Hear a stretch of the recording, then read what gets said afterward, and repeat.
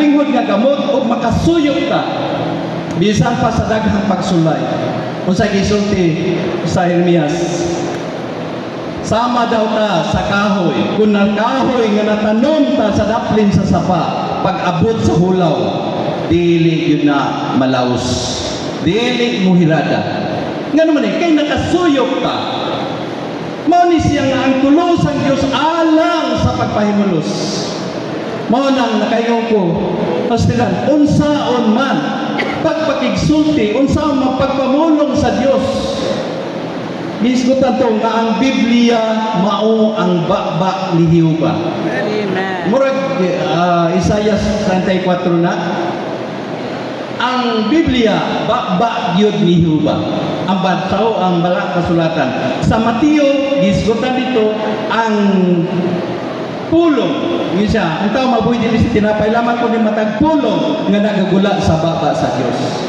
Busa giayo ta pagatiman sa atong Ginoo, di lang doon na tayo Diyos no kinabuhi, doon na tayo balaang kasulatan sa gawas. Kinahanglan tao logos kanang makanunayong pulong sa Dios. Si Satanas nagbasa ng kudiyay Biblia, sa gitintal niya ang Ginoo sa Mateo 4. Pero gikut up sa Ginoo ang pulong nga nahimong rima nga gipamulong na sa Deuteronomio. Ang tao mabuhay dili sa tinapay lamang kundi matag pulong nga nagagulat sa baba sa Dios. Asa gikut up gikan sa daang tugon. Nagpasabot kini kung wala tay pulong unsaon man pagpamulong sa Dios, nga ang Dios kahayag, ang Diyos gugma, ang Diyos pagkabalaan. Nan kung wala ta niini, muugman, humanta iya nagpag-usap, unsaon nato pagtubo sa kinabuhi, ug dili sabta angayan, nga ipasawa. Nga ang iglesia, nakita naman daan, nga ang iglesia, pangasawunon. Di ba ang ikaduhang Korinto, Kapitulo 11? Kamo, ikasaad na, nga ipasawa sa usa ka bana nga mao si Kristo. Ang Dios wa man nagsaad sa daghang nga relihiyon. Asa man nato makita nga diya sa balaang kasulatan ang tanang relihiyon iyang gisaaran nga mao iyang pagabalikan. Ang iglesia ra. Ang iglesia mao iyang pangasawunon, kinahanglan pamtungon, patahumon. Kay mao niya ang gisaaran. Kung gisaaran gani ang usa ka dalaga, saran nga ikaw akong pangasawon, balikan ka nako karong sunod ay katulong bulan o tuig bakaha. Natural iyang balikan.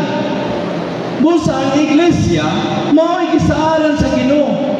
Kamo gikasaad na ipasawa sa usa ka bana. Hallelujah. Nahimot ang bahin niining pangasawon muna. Apan kinahanglan ta patahumonta. Kung maglabi kang mukaon kang Kristo, kay malangkubo naman sa tanan nga espiritu. Mao naman siya ang espiritu taghatag sa kinabuhi sa sumala sa unang Korinto. Nagpasabot kining atong pagpahimulos diha niya. Mutubo gyud ta sa kinabuhi. Hangtod nga masama ta niya angay gyud nga ikapares. Sabihan ni mensahe guys got ni ang ikapares kinatong sama o kinabuhi kinaiya. Diyos tao. Kay siya Diyos nahimong tao, kinahanglan siya tao sa Diyos tao.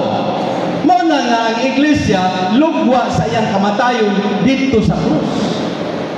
Sa nakita na niya lugwa mao ni ang ikalipayan sa atong Ginoo. Nga makabaton siya og kapikas nga angayan niya. Busa ang taga Tesalonica mo na nga doon na lagi isgutan diriya. Ako lang basahan ng igsoon. Gisulat ang sulat sa unang Tesalonica sa iglesia sa mga taga Tesalonica nga naa sa Dios Amahan og ni Ginoong Jesucristo.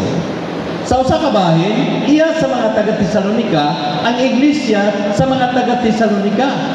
Sa laing bahin, naa kining iglesia sa Dios Amahan o ni Ginoong Hesus. Busa dili ni siya mabulag. ang Amahan, Anak ug Espiritu. Ato natong gisgutan nga tanang iplano sa Amahan, ihuman sa Anak ug sa dihang nahimo siyang Espiritu, iyang gipaambit kung gipalatay niya sa tanang bahin sa lawas. Mao ni siya mga igsuon. Atong makita sa Dios, makita unta nato nga hinimo ang iglesia sa mga tawo naa sa Dios Amahan. O ni Ginoong Hesukristo sa mga naay kinabuhi sa Dios o organikong nausa ni Kristo. Tinuod mga igsoon, tinuod kayo. Ngani nakita ni Saulo sa dihang gikabig siya sa Ginoo. Nakita niya nga kining iglesia nga lawas niya nahimong nadugtong sa langit. Wala magpasabot nga nitungha lang ang iglesia, kundi ang iglesia mao nga pinaagi sa iyang kamatayon dito sa krus. Mao na nga dinhi ato makita naagyod sa tulo sang Dios ug angayan gyud nga ipares tungod kay bisan pa ni ana kita karon naa pa sa pagproseso. Ang atong una-una sa biagi sa Kolosas, kingon dito, batunin ninyo kaning hunahuna, nga ang hunahuna ni Kristo, mahimong atong hunahuna. Mahimo ka nato karon? Daghan man tag hunahuna mga igsoon, di pa man taputli. Pero grasyahan ta kaluyan sa Ginoo nga maglapit ang mukaon diha niya. Ang atong gipahimuslan natay balaang kasulatan mahimo ning logos rima diha-diha nga pagpamulong nga diin kun wala ta niini nga balaang kasulatan walay ipamulong ang atong Dios kay siya man mao ang pulong. Busa dinhi mga igsoon nagingon diri dunay nagalagay gasa apan adunay maurang espiritu. Adunay usa nagalain pagpangalagad apan mao rang usa ka Ginoo. Usa ra ang ipangalagad. Si Pablo kanunay yung nagdasig sa mas Korintuhanon, ambit kay ta. Ang Korintuhanon tanawa. Wala siya magtanaw sa mga apan sa Korinto. Bisan tuod ang usa mayon, ako iya ko ni Pablo, ako iya ni Sipas, ako iya ni Apolos. Usa gisulti ni Pablo, ako ba ang gilansang dito sa krus? Nabahin ba si Kristo? Dili pwede mabahin ang lawas sa atong Ginoo. Kundi ang gusto si Ginoo naata sa pagkausa sa tulo sa Dios. Usa universo ano ni? Doon nabitaw ko yung kaistorya.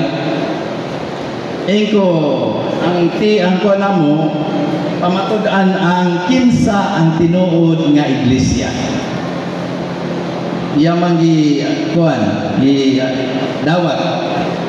Engko ang tinuod nga iglesia kining espiritu taghatag sa kinamo madawat nimo.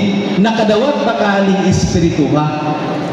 Nga espiritu taghatag sa kinabuhi kay ang Dios espiritu man siya wala ko mudawat kay wala ko mutuo nga ni ana mao ang Dios taawra na siya. Ingon ba ang kasulatan ang wala magbaton sa espiritu ni Kristo dili iya. Busa alam nato mga igsoon naa nato ning tulo sang Dios mga igsoon. Sa paghisgot ni Pablo sa iglesia nga naa sa Dios Amahan o ni Ginoong Hesukristo nga gipasabot gyud niya mao nga naa sa tulo sang Dios ang iglesia.